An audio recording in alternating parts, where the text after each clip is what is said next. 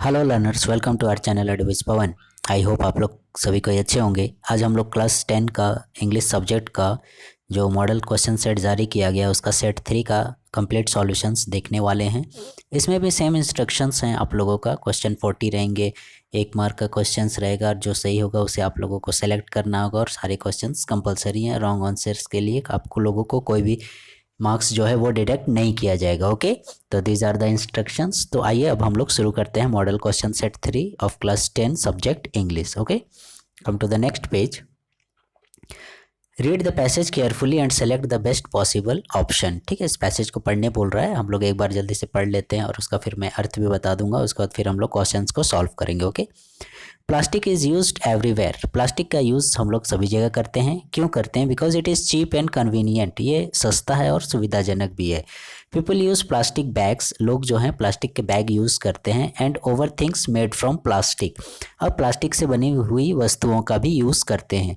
The use of plastic is creating plastic pollution. लेकिन हम लोग जो इस तरह से प्लास्टिक का यूज़ करते हैं इसके कारण क्या होता है? प्लास्टिक का पोल्यूशन होता है। Plastic cannot dissolve. एक्चुअली में क्या होता है? प्लास्टिक डिजॉल्व नहीं होते, यानी वो सड़ता गलता नहीं है। So they remain for a long time. इसलिए वो पृथ्वी पर बहुत समय के लिए, लंबे समय के लिए बना रहता है। जैसे हम लोग अन्य दूसरी जो पदार्थ होते हैं वे जल्दी सल गड़ जाते हैं और मिट्टी में मिल जाते हैं, लेकिन प्लास्टिक के साथ ऐसा नहीं है। Plastic pollution is harmful for life on earth. और इस प्रकार से यदि देखा जाए तो पृथ्वी पर प्लास्टिक जो है वो बहुत ही हार्मफुल है, उसके इफ़ेक्ट्स बहुत ही बैड हैं। Animals on land and sea eat plastic mistaking it as food. बहुत सारे जानवर हुए जो जो समुद्र में हैं या पृथ्वी पर हैं, ज़मीन पर हैं, ये लोग बाई मिस्टेकिंग यानी गलती से फूड समझकर प्लास्टिक को भी खा लेते हैं। Plastic is also harmful for the soil. ये मिट्टी के लिए भी खराब है plastic. Plants can not grow well in such soil. जिस मिट्टी में प्लास्टिक की मात्रा रहेगी या प्लास्टिक ज़्यादा रहेंगे वहाँ पर प्लांट्स भी अच्छे से ग्रो नहीं कर सकते हैं। Water also gets polluted. पानी भी प्रदूषित होता है। Use of plastic is very harmful. और इस प्रकार से हम लोग देखते हैं कि प्लास्टिक का यूज़ बहुत ही हार्मफुल है। We all have to be aware of its harmful effects. और हम लोगों को इसके जो हानिकारक दुष्प्रभाव हैं उससे सावधान रहने की आवश्यकता है।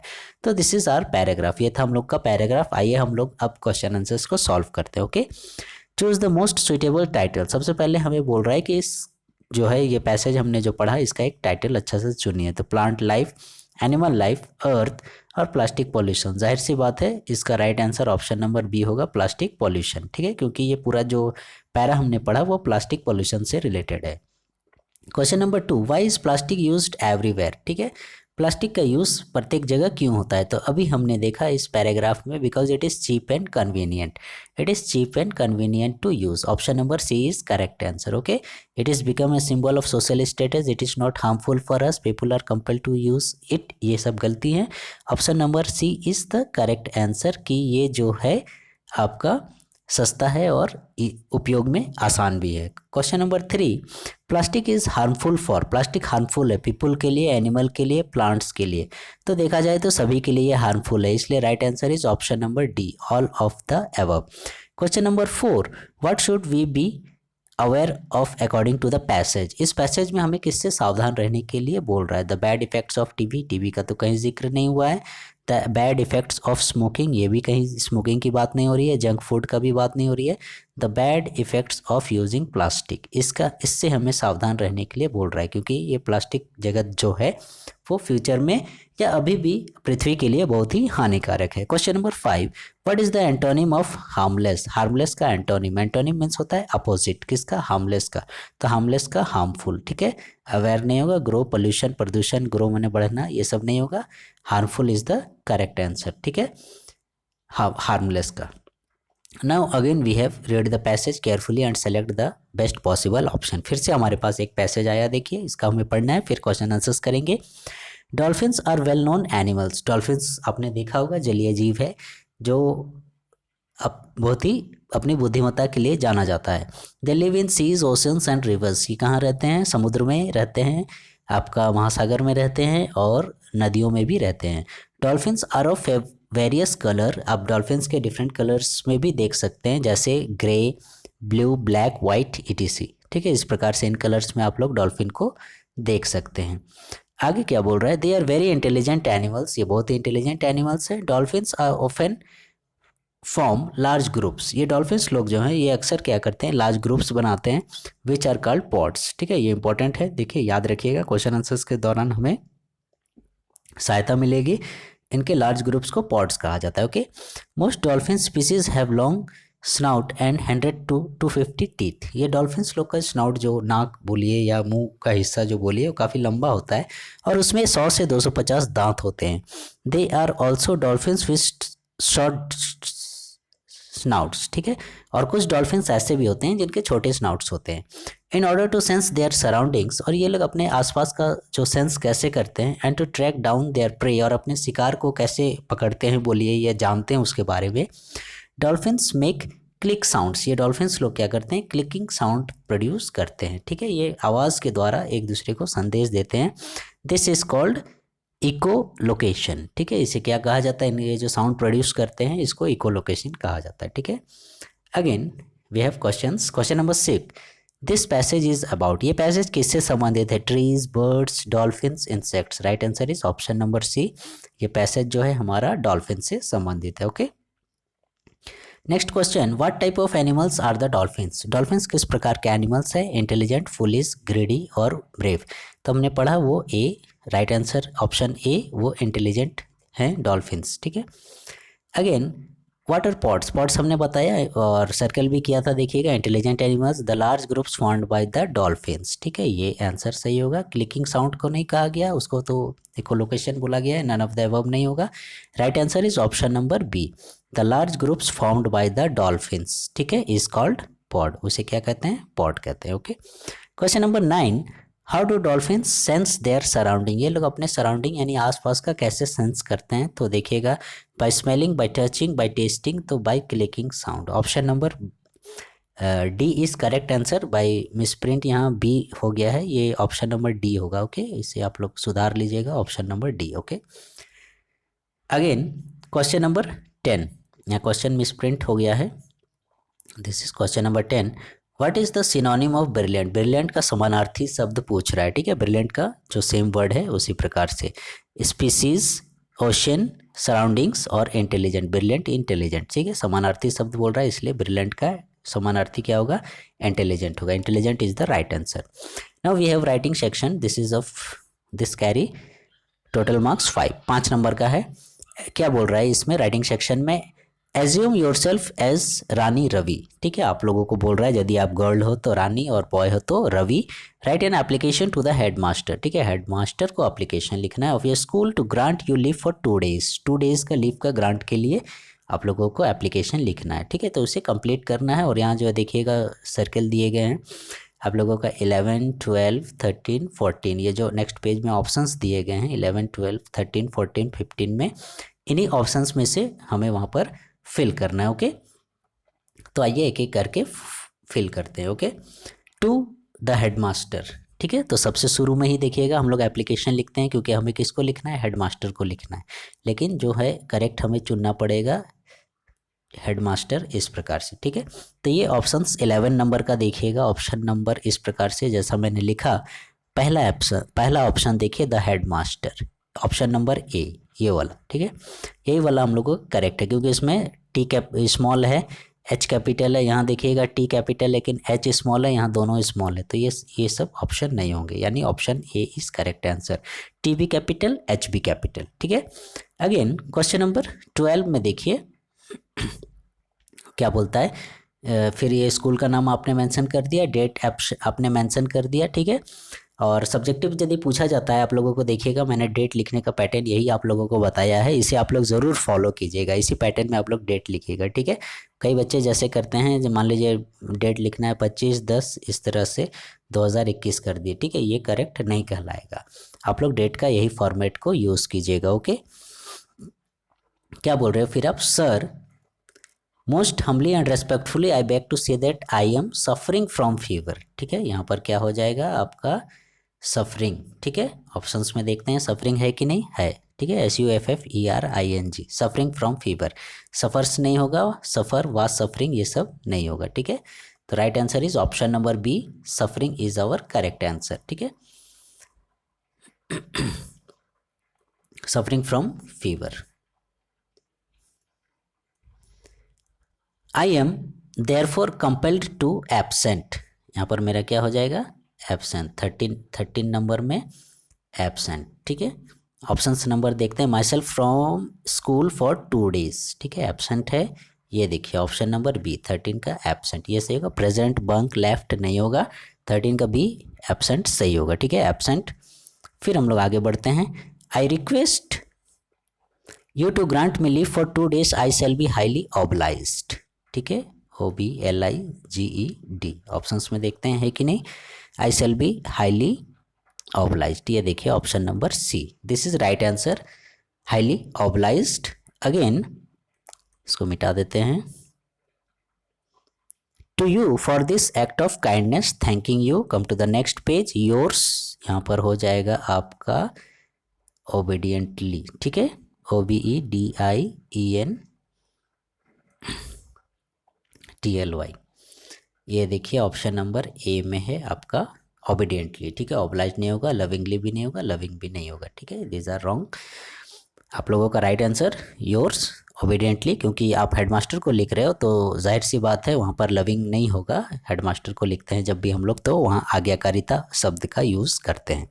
Now we have grammar section, this carries, और ये कितने का है, 8 मार्क्स का है। Fill in the blanks with appropriate form of verbs, appropriate form of verbs fill करने बोल रहा है, ठीक है। Babies dash when they are hungry, ठीक है, ये देखिए आप लोगों का जो मॉडल क्वेश्चन है, जो एग्जाम आप लोग दिए थे उसमें भी ये क्वेश्चन आया था, ठीक है। तो babies cry, okay, babies cry when they are hungry, option number A is correct answer, ठीक है। Are crying, were crying, cries नहीं होगा, ठीक है, ऑप्शन नंबर ए क्राई जो है वो राइट आंसर है, cry.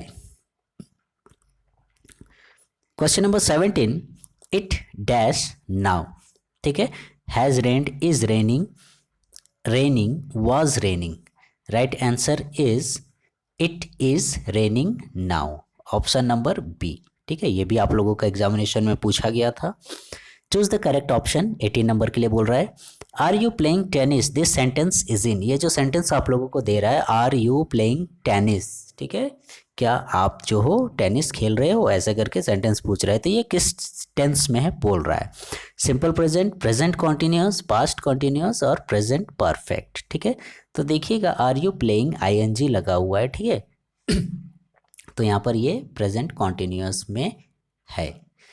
Again question number 19, he dash swim if he wishes, may, can, could, must, should, right answer is he can swim if he wishes, option number B is correct.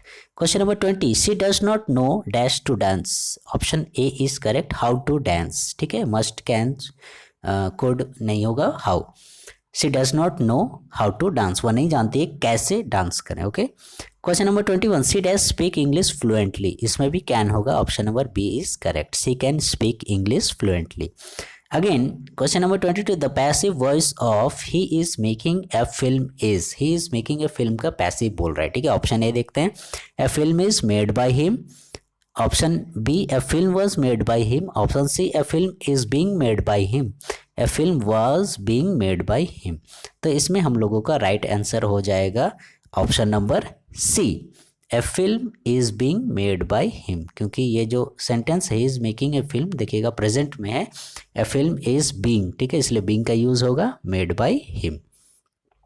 Again question number 23 on the next page, transform the given sentence into indirect speech, आप लोगों को indirect speech में इसे transform करना है, ठीक है। Question क्या है, the teacher said the earth is round, ठीक है, ये जो द अर्थ इज राउंड देखिएगा, इस पर ध्यान दीजिएगा, ये जो अर्थ इज राउंड है ये आपका यूनिवर्सल ट्रूथ बोला जाता है, ठीक है।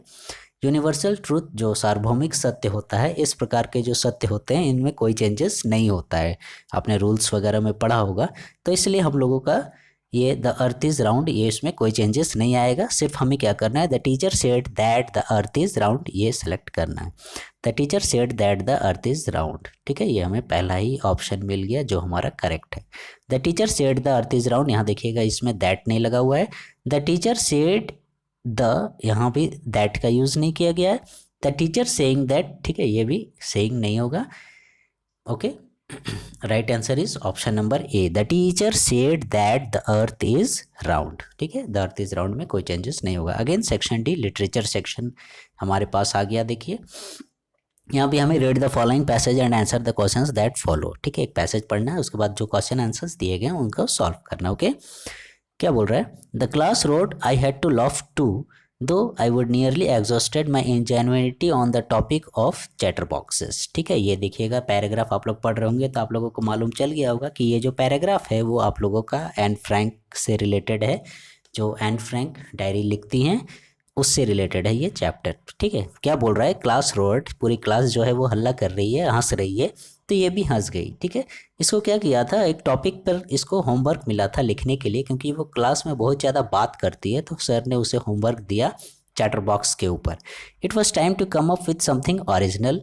ठीक है, और वो सोचे कि अब कुछ तो ओरिजिनल करना पड़ेगा, नहीं तो सर हमको बार बार इस प्रकार से डांटते रहेंगे। एक्चुअली क्या था, बात करने के लिए उसको बार बार पनिशमेंट मिलता था, तो इसीलिए उस माई फ्रेंड सैनी, ठीक है, उसकी एक दोस्त थी Saini, who is good at poetry, जो कि कविता लिखने में बहुत अच्छी थी। वो भी बोलती है कि मैं तुम्हारा हेल्प करूँगी। Offer to help me write the essay from beginning to end in verse. ठीक है, पोइट्री फॉर्म में, वर्स फॉर्म में। And I jumped for joy, इसको पनिशमेंट मिला और एक साथी भी मिल गया होमवर्क करने के लिए, तो ये खुशी से उछल पड़ी। मिस्टर किसिंग, ठीक है, was trying to play a joke on me. Mr Keesing actually मेरे ऊपर जोक कर रहे थे। मिस्टर किसिंग जो है उनके टीचर का नाम हुआ। ठीक है, वो मेरे ऊपर जोक कर रहे थे, लेकिन ये सोचिए कि कुछ मैं ओरिजिनल करती हूँ विद दिस रेडिकुलस सब्जेक्ट। ठीक है, ये जो सब्जेक्ट है चैटर बॉक्स, इसके ऊपर, but I would make sure the joke was on him, और ये जोक जो है उन्हीं पर भारी पड़े, ऐसा करके उसने सोचा। अब आइए हम लोग क्वेश्चन आंसर्स को सॉल्व करते हैं। Question number 24, the class roared I had to laugh too, पूरी क्लास हंस रही थी और मैं भी हंसी, ऐसा करके बोल रही है। तो ये कौन बोल रही है? मिस्टर किसिंग, टीचर तो नहीं बोल रहे हैं। एंस अंकल का तो कहीं जिक्र ही नहीं हुआ है, सैनी भी नहीं, तो एनी। ठीक है, right answer is option number B. ठीक है, एन फ्रैंक जो थी वही ऐसा बोल रही है। Question number 25, who was Mr Keesing? कौन थे? Anne's friend, Anne's teacher, Anne's uncle, Anne's father. Right answer is option number B, Anne के टीचर थे मिस्टर किसिंग। ठीक है, option number B is correct answer. Question number 26, who is the author of from the diary of Anne Frank? From the diary of Anne Frank के लेखक कौन है? Ruskin Bond, Anne Frank, Robert frost, Mulk Raj Anand. Right answer is Anne Frank, वो खुद ही हैं इसके लेखक। ठीक है, उन्हीं के द्वारा उनके बचपन के बारे में बतलाया गया है। क्वेश्चन नंबर 27, क्या बोल रहा है? What does the word ridiculous mean here? Serious, sensible, reasonable, very silly. Right answer is option number B. आप लोगों को क्या पूछ रहा है? रेडिकुलस का मतलब क्या होता है? तो very silly. Question number 28, what comes more naturally to human heart according to Mandela? Mandela ji के अनुसार, यानी नेल्सन मंडेला जो चैप्टर है long walk to freedom, second number chapter, उससे रिलेटेड है ये क्वेश्चन। मंडेला जी के अनुसार क्या नेचुरली आता है? ठीक है, हेट आता है, जेलसी आता है, लव आता है और फेलियर आता है। Right answer is option number B, love. Love comes more naturally than hatred, hate की तुलना में लव नेचुरली ज़्यादा आता है। उनका कहना है कि जब आदमी नफरत कर सकता है, नफरत करने के लिए उन्हें वो इस पृथ्वी पर ही आके सीखता है ना, लेकिन लव जो है वो इटर्नल होता है, आंतरिक रूप से आता है, और वो ज़्यादा नेचुरली आता है हेट की तुलना में। Question number 29 sorry, what was the only thing that the earth needed according to Lencho? Lencho के अनुसार वो क्या चीज़ है जो सिर्फ पृथ्वी को आवश्यकता थी उस समय? सावर की, स्नोफॉल, स्नोफॉल क्यों मांगेगा भाई? बर्फ। उसका स्ट्रॉन्ग वेट्स, हेल स्टोन्स, इसको कोई नहीं मांगता है। सनलाइट ये मांगता है, लेकिन फिर भी उसको ज़्यादा किसकी ज़रूरत थी? ऑप्शन नंबर ए, शावर की, क्योंकि उसकी फसल पकने वाली थी और बस एक हल्की सी बारिश की फुहार की उसको आवश्यकता थी, इसलिए एस, शावर। ठीक है, हल्की वर्षा की फुहार, बौछार। Question number 30, who was Lencho's only hope? Lencho को किस पर एकमात्र भरोसा था? गॉड पर, पोस्टमास्टर पर, लेंचोज वाइफ, विलेजर्स। ठीक है, विलेजर्स तो थे ही नहीं, क्योंकि विलेजर्स वहाँ अकेली घाटी में उसका घर था लेंचो का, इसलिए वहाँ विलेजर्स तो नामो निशान नहीं था। तो लेंचो को सिर्फ एकमात्र किस पर जो है भरोसा था? वो थे उनके God. Okay, question number 31, what urged him the seagull to make his first flight? किस वजह से बोल रहा है? ठीक है, मतलब कहने का मतलब वाट अर्ज हिम, किस वजह से सीगुल जो है अपनी पहली उड़ान भरा? The sight of the food, the sun, the sight of the other birds, guilt, courage. ठीक है, the right answer is option number A. उसकी मम्मी जब भोजन लेकर आई, याद कीजिए अपने मुंह में मछली दबाई हुए थी, जो उसका फेवरेट फिश था, डॉग फिश, और वो उसको बहुत ज़्यादा पसंद था।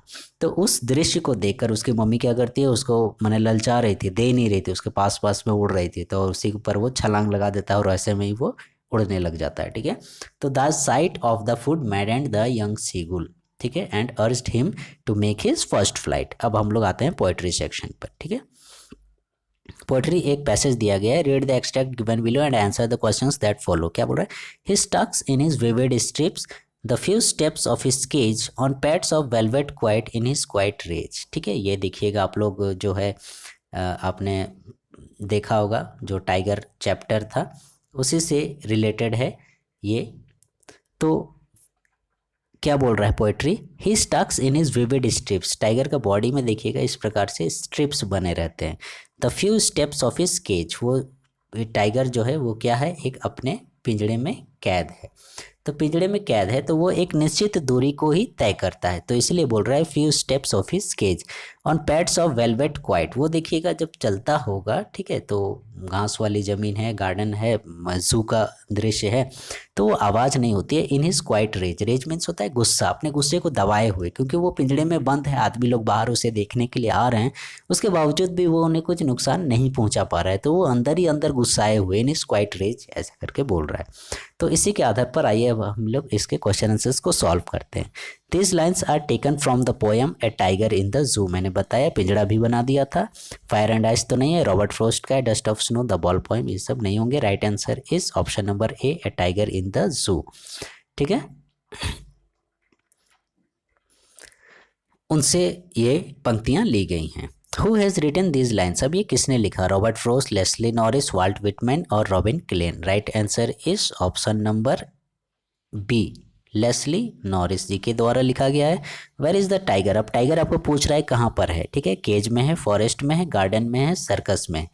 तो देखिएगा इसमें पोइट्री में केज की भी चर्चा की गई है और फॉरेस्ट की भी चर्चा की गई है, लेकिन जो पैराग्राफ हम लोग अभी पढ़े, ठीक है, ये वाला जो पैराग्राफ पढ़े, इसमें कहाँ पर है हमारा टाइगर, वो केज में है। ठीक है, क्योंकि वो गुस्साया हुआ है, कुछ ही कदम चल पा रहा है ऐसा करके।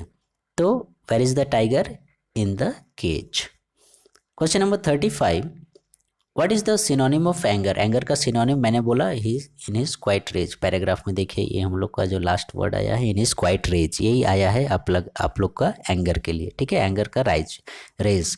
क्वाइट, स्टेप्स, स्ट्राइप्स ये सब नहीं होगा, स्टेप्स बने तो कदम हो गया, स्ट्राइप्स उसकी धारियां हो गई, क्वाइट नहीं होगा, शांत, रेज होगा गुस्सा। ठीक है, question number 36, who is responsible for Tricki's illness. अब आ जाइए हम लोग जो सप्लीमेंट्री बुक है उससे रिलेटेड ये क्वेश्चन है, ट्रिकी की इलनेस के लिए यानी उसकी बीमारी, उसकी परेशानी, उसकी समस्या के लिए कौन जिम्मेवार है। तो जाहिर सी बात है ट्रिकी तो खुद से तो था ही, लेकिन राइट आंसर नहीं है, हॉजकिन मिसेस पम्फ्री, ये राइट आंसर है। ठीक है, मिस्टर हैरियट नहीं होगा, तो डॉक्टर थे, वो तो खुद इसका इलाज किए, तो right answer is Mrs Pomfrey. ठीक है, ये क्या करती थी, मिसेस पम्फ्री को एकदम बहुत ज़्यादा खाना खिलाती थी, चॉकलेट हुआ, आइसक्रीम हुआ, केक हुआ, हॉर्लिक्स हुआ, और जितना हम लोग खाना खाते हैं 3 टाइम उतना वो क्या करता है हर 1 घंटे में खा जाता है। ठीक है, तो Mrs Pumphrey was responsible for Tricki's illness. Right answer is option number C for the question number 36। Question number 37, who is the narrator in the story a triumph of surgery. A triumph of surgery जो chapter है उसके narrator कौन है पूछ रहा है। ठीक है, ऑप्शंस क्या क्या है देखते हैं। ट्रिकी ये तो कुत्ता था भाई, ये तो नहीं बोलेगा। मिसेस पम्फ्री ये तो मैडम थी, उसकी मालकिन मिस्टर हैरियट, ये देखिए। अनिल तो नहीं होगा, ये चोरवा, ठीक है, ये अनिल चोर नहीं था। Again right answer is C, Mr Herriot. Question number 38, according to Mrs Pumphrey Tricki was suffering from. Mrs Pumphrey का क्या मानना था कि ट्रिकी की क्या समस्या है, suffering from allergy, fever, cold और मेल न्यूट्रिशन। तो राइट आंसर इस मैडम का मानना था कि ट्रिकी मेल न्यूट्रिशन से ग्रसित है, यानी कुपोषण, यानी खा नहीं रहा है ठीक से, खाता पीता नहीं है, सुस्त हो गया है, फुर्ती नहीं है, ऐसा करके बोलती है। और उसका वो वजह क्या बता रही थी, मेल न्यूट्रिशन, यानी कुपोषण का शिकार हो गया है। Question number 39, in the thief story, ठीक है, चोर की कहानी जो हमने पढ़ी, what was Anil doing when the boy met him. Anil क्या कर रहा था जब वो बॉय यानी वो चोर उससे मिला, अनिल से मिला। Watching A wrestling match, writing an article, playing games, cooking food, ठीक है, फीड है, फूड होना चाहिए, नहीं होगा। ठीक है, तो ये इनमें से राइट आंसर कौन सा है, ठीक है। तो देखिएगा यहाँ दो डाउट है, राइटिंग एन आर्टिकल। तो राइटिंग एन आर्टिकल वो लिखा करता था, आर्टिकल वगैरह मैगजीन्स वगैरह के लिए लिखा करता था, लेकिन उस समय नहीं लिख रहा था जब वो बॉय उससे मिला। हम लोगों को क्या पूछ रहा है कि वो बॉय जब उससे मिला तब वो क्या कर रहा था। तो Anil was watching A wrestling match, वो उस समय क्या कर रहा था, रेसलिंग मैच टीवी पर देख रहा था, कुश्ती पहलवानों के कुश्ती देख रहा था। Question number 40, how often did the boy the thief changed his name, ठीक है। वो जो चोर था, वो जो लड़का था अनिल के यहाँ जो काम मांगने गया था, वो कितनी बार चेंज अपना नाम करता था, ठीक है। अपना नाम को वो कितनी दफ़ा चेंज करता था, ठीक है। एवरीडे, प्रत्येक दिन चेंज करता था, ये तो पॉसिबल नहीं है। एवरी वीक, प्रत्येक सप्ताह। Every month, every year. Right answer is every month, ठीक है। प्रत्येक महीना वो अपना नाम चेंज करता था, और इस प्रकार से नाम चेंज कर करके क्या करता था, वो नए मालिक को वहाँ काम ढूंढता था, और वहाँ फिर अपने हाथ की सफाई करके यानी चोरी करके फिर निकल जाता था, फिर अपना नाम चेंज कर लेता था, ताकि वो पुलिस की पकड़ में ना आए और उसके मालिकों की पकड़ में भी ना आए। तो ये these are the 40 important questions of model question set 3, जो कि क्लास 10 का है। इससे पहले भी हमने सेट 1 और सेट 2 का मॉडल क्वेश्चन सेट जो है अपलोड किया था, आप लोग उसे ज़रूर देख लीजिएगा, और इसको भी देख लीजिएगा अच्छे से। और यदि आप लोगों को कहीं पर कोई पैसेज पढ़ने में परेशानी हुई होगी तो प्लीज़ वीडियो को फिर से आप लोग रिवाइंड करके देख सकते हैं, या फिर कमेंट सेक्शन में भी आप लोग कुछ क्वेश्चंस वगैरह मेंशन कर सकते हैं। Okay learners, for the next video please stay connected with our channel advice Pawan, and please like share subscribe our channel. Thank you.